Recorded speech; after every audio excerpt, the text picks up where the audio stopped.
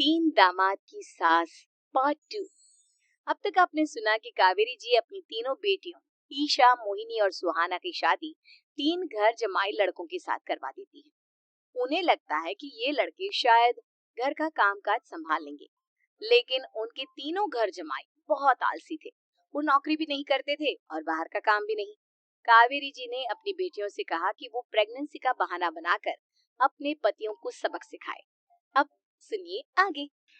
Mummy, आपने जैसा कहा था हमने वैसा ही किया, लेकिन देखिए ना, विवेक का हाल तो वैसा का वैसा ही है।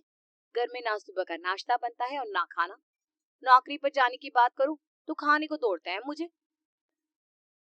हाँ मम्मी, मैंने भी सुमित को कितनी बार कहा कि अगर नौकरी नहीं करनी तो कोई छोटी सी दुकान ही खोल लो।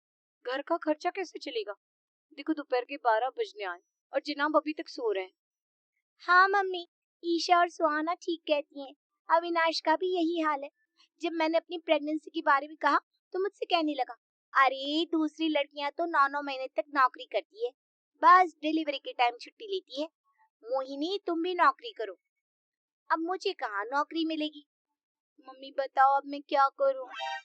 हे भगवान, क्या सोचकर घर जमाई दामाद लाई थी मैं कि मेरी बेटियां मेरे पास रहेंगी और खुश रहेंगी। लेकिन इन आलसी दामादों ने तो हमारी जिंदगी को भी प्रॉब्लम में डाल दिया है। मैं तो कहती हूँ मम्मी, हम लोग वापस अपनी जॉब पर जाना शुरू कर देते हैं। बता देते हैं इन लोगों को कि हमने प्रेगनेंसी का बहाना किया है। नहीं नहीं बेटा, ऐसी गलती भी मत करना। अगर तुमने ऐसा किया तो इन तीनों की आदत और खराब हो जाएगी। अरे आज नहीं तो कल कभी तो तुम प्रेग्नेंट होगी, तब वापस यही प्रॉब्लम आएगी। तब क्या करोगी तुम तीनों? हाँ मम्मी, आपकी बात तो बिल्कुल सही है। इन लोगों को तो सुधारना ही पड़ेगा। लेकिन कैसे? अपने बच्चों के आने की खबर सुनकर भी इन लोगों पर कोई असर नहीं हो रहा। पैसे कमाने के लिए घर से बाहर निकलना ही नहीं चाहते ये तीनों।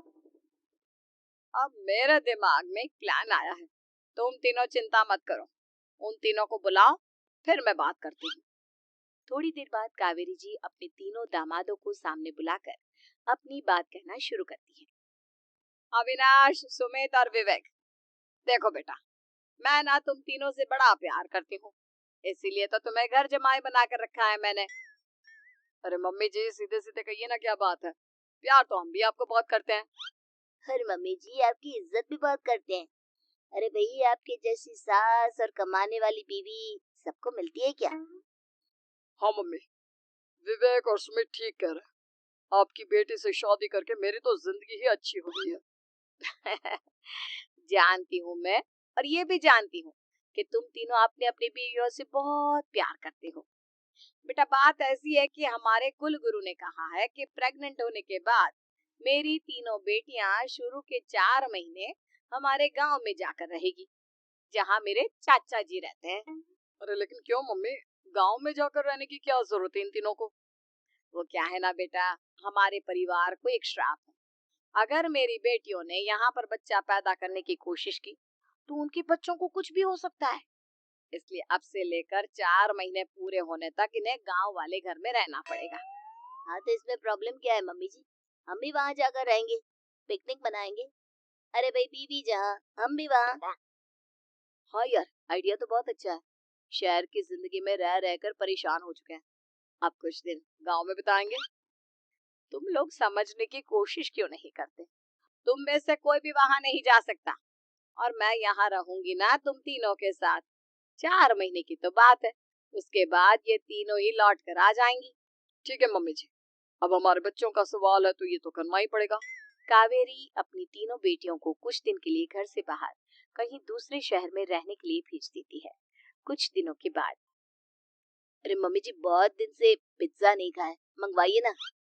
क्या बताऊं बेटा, पहले तो बेटियां खर्चा दे देती थी क्योंकि उनकी नौकरी थी, लेकिन अब तो मेरे पास पैसे ही नहीं बचे। थोड़े बहुत पैसे हैं जो बच्चों की डिलीवरी में काम आएंगे। लेकिन मम्मी जी, आपकी बेटियों को वापस आने में तो अभी बहुत वक्त बाकी है। वही सोच सोच कर परेशान हो रही हूँ। सोच रही हूँ कल से दूध भी बंद करवा देती हूँ। अब दूध वाले को देने के लिए पैसे भी तो नहीं है ना।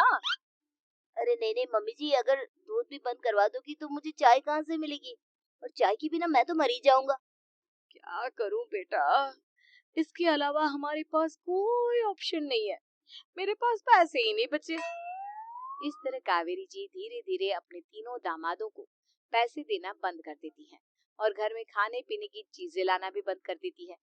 अब वो तीनों पूरी तरह से परेशान होने लगे थे और इसलिए एक दिन तीनों प्लान करके घर से बाहर निकलते हैं और बाजार में जाने के बाद, यार अच्छा खाना खाए हुए कितने दिन हो गए, पता नहीं कब अच्छा खाना मिलेगा। हमारी बीवियों के जाने के बाद तो हमारी हालत भिखारियों जैसी हो गई है यार। कुछ भी हो, मुझे तो आज पिज्जा खाना ही खाना है।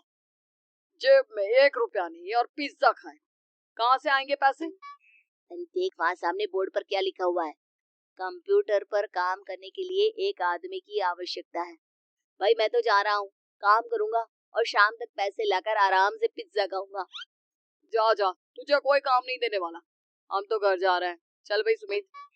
सुमित और अविनाश वहाँ से चले जाते हैं और विवेक उस कंप्यूटर शॉप पर सारा दिन काम करके 5,000 रुपए कमा कर घर लौट कर आता है और अपने खाने के लिए अच्छी अच्छी चीजें भी लेकर आता है। ये देखकर विवेक और सुमित के दिल में भी कुछ पैसे कमाने की इच्छा जागती है। अरे सुबह सुबह कहाँ चल दी है तुम? मम्मी जी एक बहुत अच्छी जगह मिली है, कंप्यूटर पर काम करने के 5,000 मिले थे कल मुझे। अगर रोज काम करूंगा तो पूरे 40,000 की तनख्वाह। अरे वाह, ये तो बहुत अच्छी बात है दामाद जी, आपको जाना ही चाहिए। सुमित और अविनाश विवेक को इस तरह तरक्की करते देखकर परेशान हो जाते हैं और वो दोनों भी काम की तलाश में निकल पड़ते हैं। धीरे धीरे उन दोनों को भी काम मिल जाता है। अब कावेरी के तीनों दामाद छोटी मोटी नौकरी करके अच्छा पैसा कमाने लगे थे। एक दिन कावेरी उन्हें अपने पास बुलाती है। अरे वाह, विवेक 40,000 कमा लेता है, अविनाश 60,000 और सुमित तुम भी 40,000 के आसपास कमा ही लेते हो।